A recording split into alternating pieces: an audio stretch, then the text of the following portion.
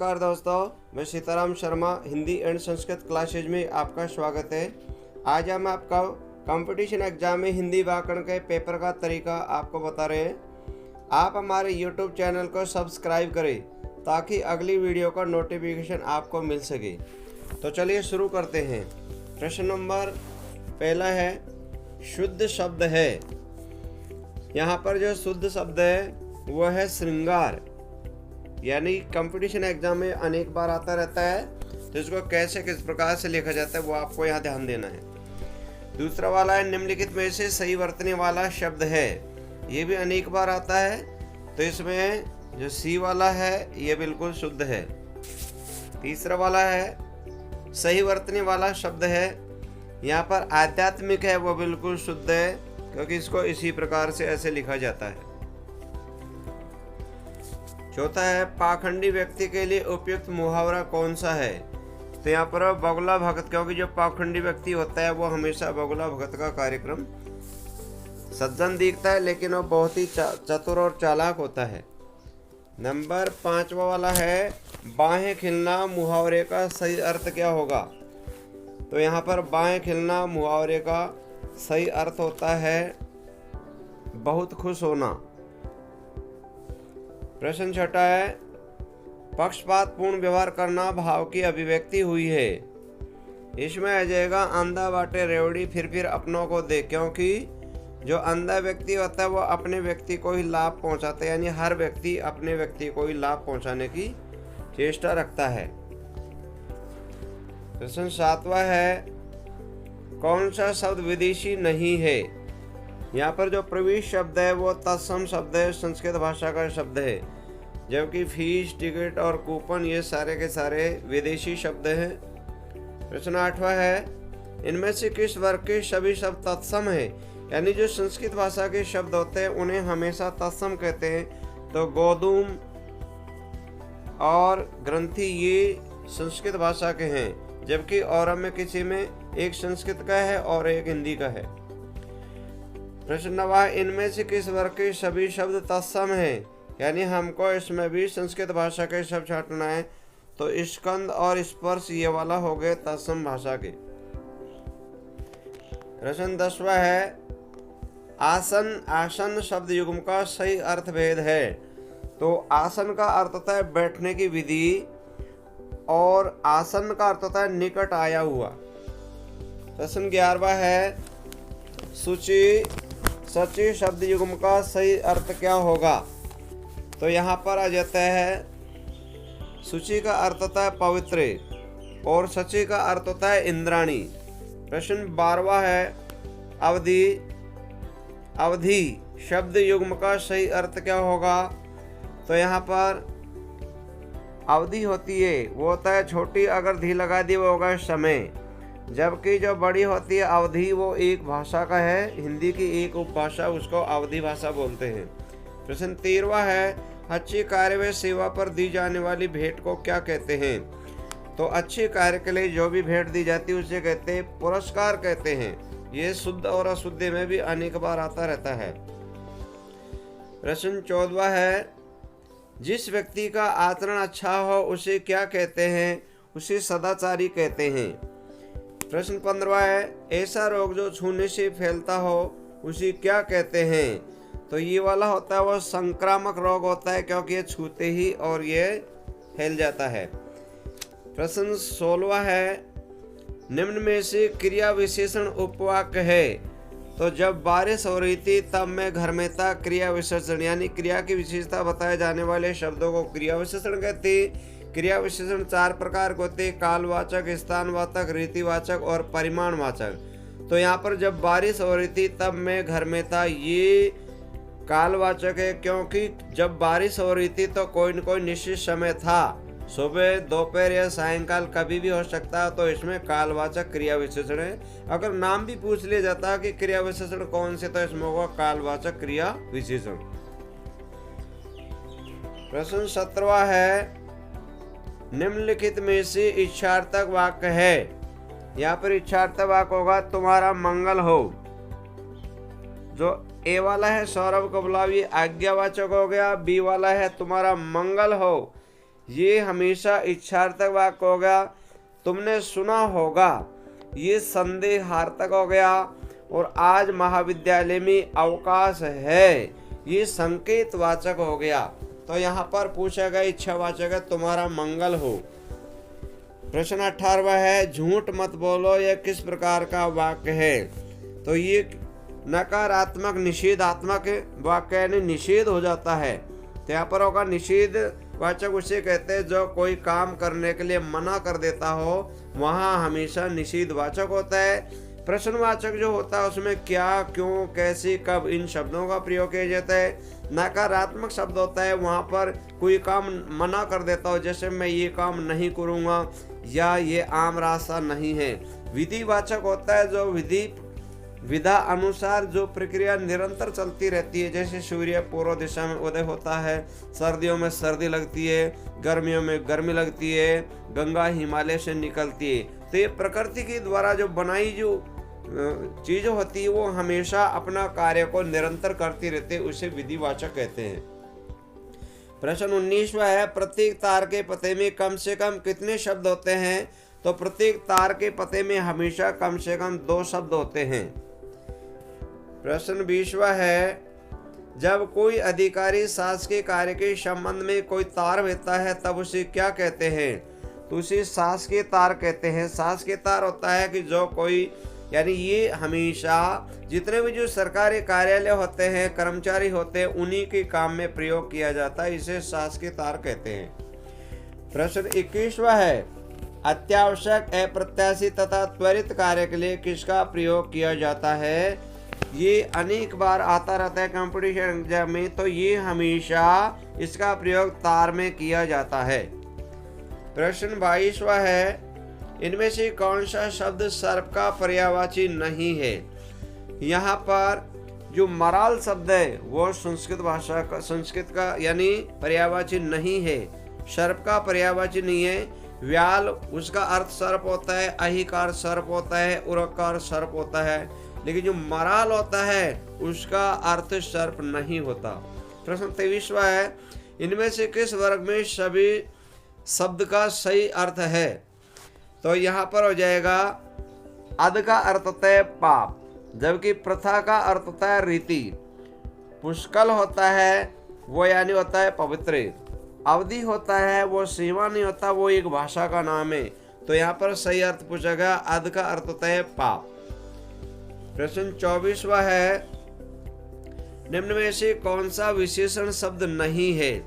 तो यहाँ पर जो रोगी शब्द है वह विशेषण नहीं है, क्योंकि पापी शब्द विशेषण है, ज्ञानी शब्द भी है, भूख भी है, लेकिन जो रोगी शब्द है वो एक भाववाचक संज्ञा हो जाती है। प्रश्न 25वां है, कौन सा विकारी है?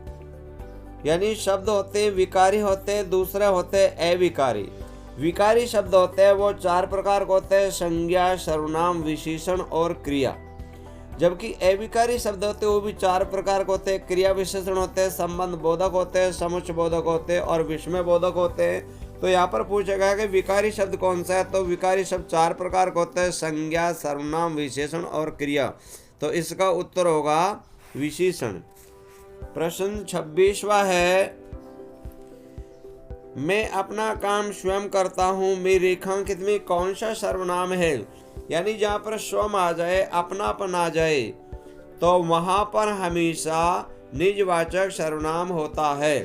तो वहाँ पर इसमें हो गया निजवाचक सर्वनाम, यानी अपनेपन का बोध होता है। प्रश्न 27वां है, किसी निश्चित व्यक्ति, वस्तु, घटना या कर्म के लिए प्रयुक्त होने वाले सर्वनाम क्या कहलाते हैं? तो वे हमेशा निश्चयवाचक सर्वनाम होते हैं। प्रश्न 28वां है, हम क्या हैं? तो यहाँ पर हम जो शब्द है वो उत्तम पुरुष है और ये सर्वनाम शब्द है। प्रथम पुरुष में वह वे आता है, जबकि निजवाचक है वो सर्वनाम, उसमें अपना या स्वयं और खुद शब्द आता है। संबंधवाचक में काके की, रारेरी और सासेसी आदि का प्रयोग किया जाता है। प्रश्न 29वां है, निम्न में से कौन सा शब्द संज्ञा है? यानी यहाँ पर जो संज्ञा शब्द है वो हो गया क्रोध। अब यहाँ पर जो क्रोधी है और क्रोधित है वो यानी संज्ञा नहीं है, क्रुद्ध है वो संज्ञा नहीं है क्योंकि ये विशेषण है। तो क्रोध शब्द है वो हो गया संज्ञा। प्रश्न 30वां, इन शब्दों में भाववाचक संज्ञा शब्द कौन सा है? भाववाचक शब्द होते हैं वहां पर अधिकतर शब्दों के अंत में प्रत्यय जुड़ जाते हैं। तो यानी मित्र जातिवाचक हो गया और मित्रता हो गया भाववाचक। पंडित है वो जातिवाचक होगा, चलना क्रिया होगा, इच्छा है वो भी यानी ये क्रिया के रूप में प्रयोग किया जा रहा है। प्रश्न 31वां है, संज्ञा का प्रकार नहीं है। संज्ञा होती है वो हमेशा, वैसे तो प्राथमिक स्तर पर 5 प्रकार की होती है, व्यक्तिवाचक, जातिवाचक, भाववाचक, द्रव्यवाचक और धातुवाचक। लेकिन जो देशवाचक है वो कभी भी नहीं होती है और मूल रूप से संज्ञा 3 प्रकार की होती है, व्यक्तिवाचक, जातिवाचक और भाववाचक। प्रश्न 32वां है, इनमें से किस वर्ग में सभी शब्द अधिकरण तत्पुरुष समास के हैं? अधिकरण तत्पुरुष समास वहां पर होता है जहां पर में, पे और पर का प्रयोग किया जाता है, यानी आप बीती, आप पर बीती। प्रश्न 33वां है, यथापति शब्द में कौन सा समास है?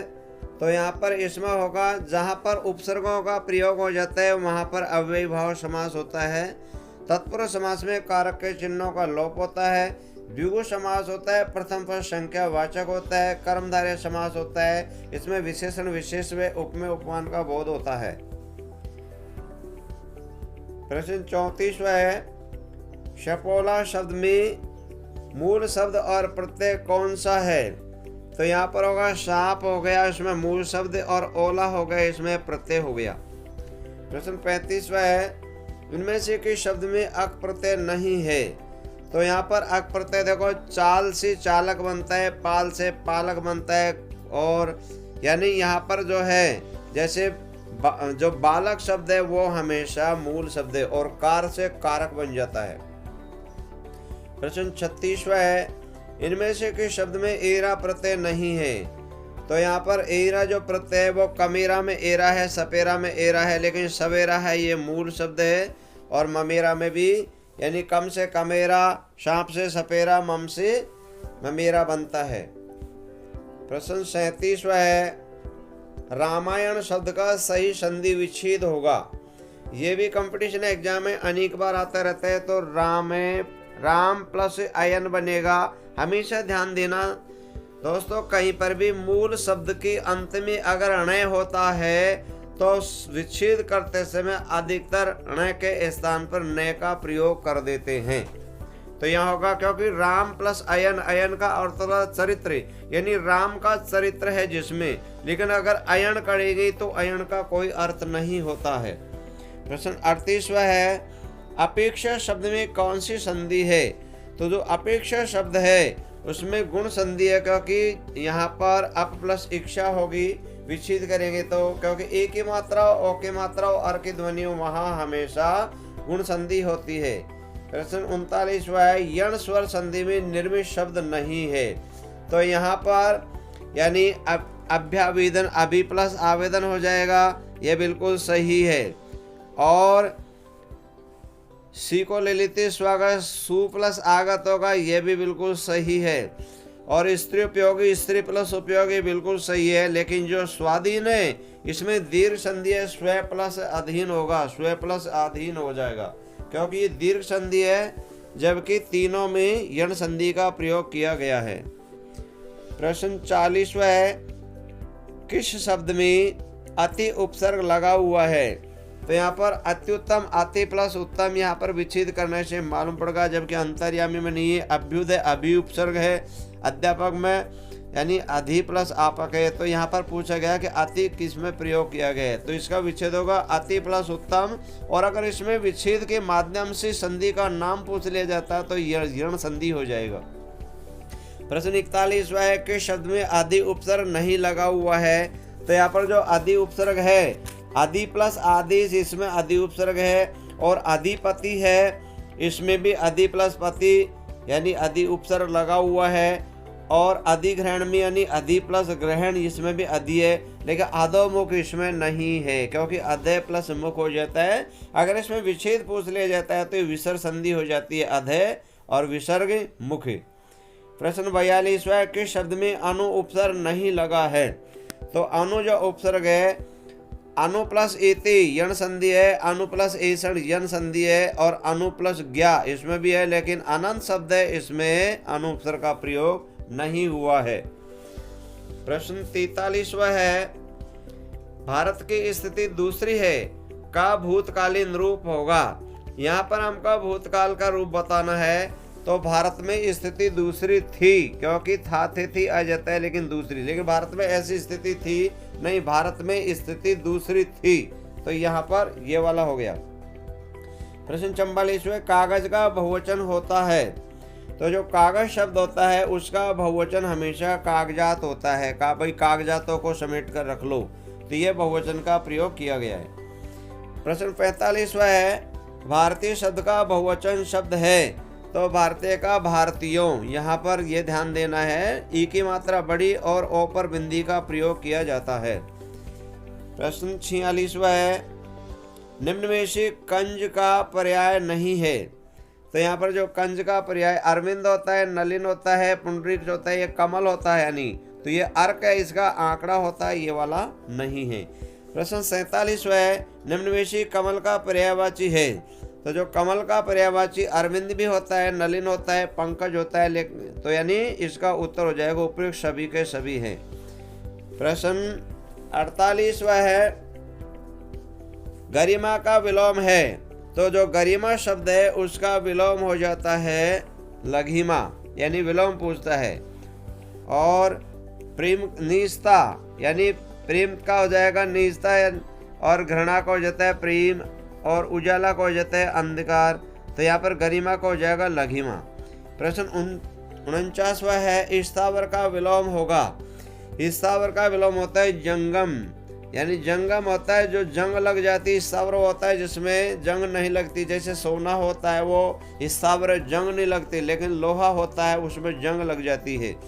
प्रश्न 50वां है, अग्र का विलोम होगा। तो अग्र का विलोम हमेशा होता है पश। ध्यान दीजिए दोस्तों, विलोम शब्दों में हमेशा अगर संस्कृत भाषा का विलोम है तो संस्कृत भाषा का ही दर्शाना पड़ता है, हिंदी का है तो हिंदी का ही, देशज है तो देशज का ही, और विदेशी है तो विदेशी भाषा के विलोम शब्दों का प्रयोग करना पड़ता है।